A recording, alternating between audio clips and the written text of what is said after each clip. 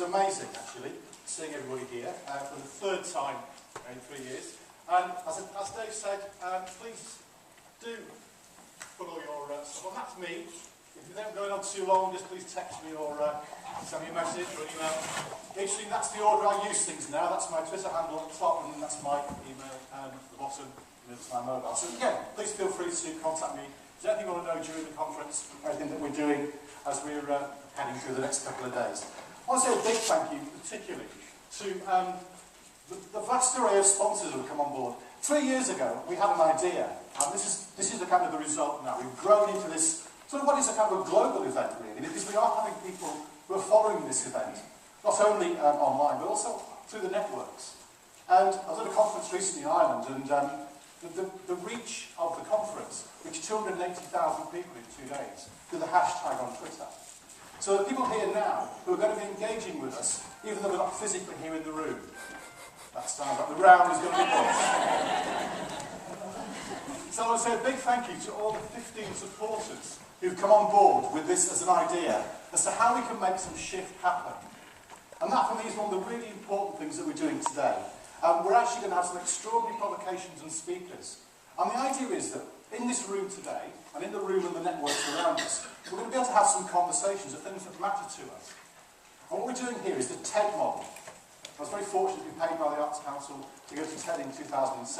And that's what spawned this as an idea. We wanted to have those conversations where we could look at arts, learning and technology. And that's the thing with this year's conference, Alt Shift.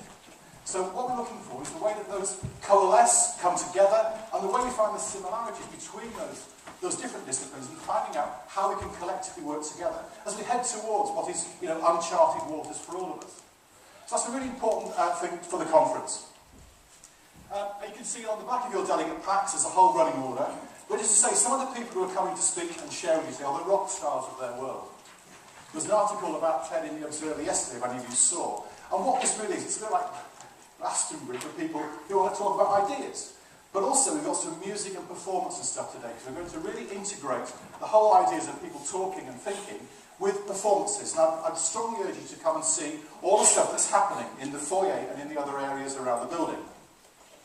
There's the Magician's Desk, which is actually in the corridor right behind you here. I strongly recommend you have a look at that. That's come via Watershed, so thank you for that.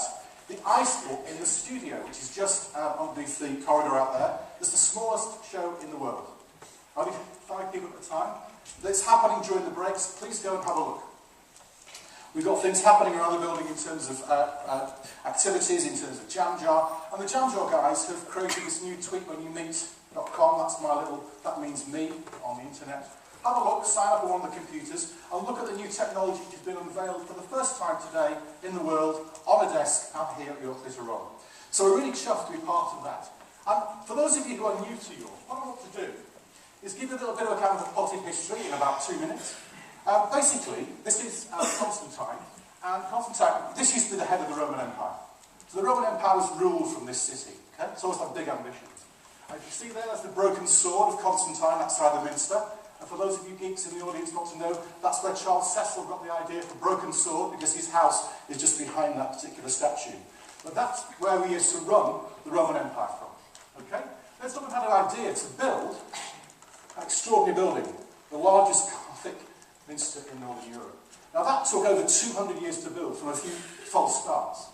And one of the big questions we want to ask ourselves today is, what are the kind of legacies we're making digitally and also for our world? Where are the big visions which are saying we can do something which is going to last 5 generations hence? Because the average lifespan was 40 when this was built, and it took 200 years. So those are some of the big questions. And there are people here today, there's Jonathan Harris and Ken Robinson and all the other speakers who are going to be asking us those questions and putting those into our court as to what we're going to do to help with those conversations of what we can produce in the coming years. You can see all stuck at the head of the railway, and this is all really coming down to the fact that this is about networks. We're really strong when we have powerful networks. And the networks now, of course, look like this. That's the global internet now. And it provides infinite connections with people. And that's the really extraordinary and exciting thing around this. So as I say, there are people who are participating in this conference now who are not here in the room. That was unthinkable when this building was created. And that's the power of the stuff that we have now and what we want to share as we head through the next couple of days. So please feel free to use the hashtag, which is Shift Happens. If you're sending a message out, just put that in front of it. It means we can track it and trace it, and then see how far it went. That's one of the things that's happened that we're doing differently from last year. Okay, I'll leave you with a quote. It says, "For he who innovates will have for his enemies all those who are well off under the existing order of things, and only lukewarm supporters in those who might be better off under the new. This lukewarm temper arises partly from fear of adversaries, who have the laws on their side, and partly from the incredulity of mankind, who will never admit the merit of anything new, until they've seen it proved by the event." How many times does that kind of ring true in the stuff that we do? That's driven by Machiavelli in 1515. So those sort of things now, what we're talking about here is that people, when we're creating new stuff, we're talking about new things, we're always going to come across those people and the kind of the ideas of, well, it's not going to be regular, it's not the same as it was before. But that's why the innovation and the creation agenda is what makes this whole conference and the whole opportunity of us together to share those ideas to make some shift happen. So I want to say to you, let's make some shift happen. Thank you very much indeed.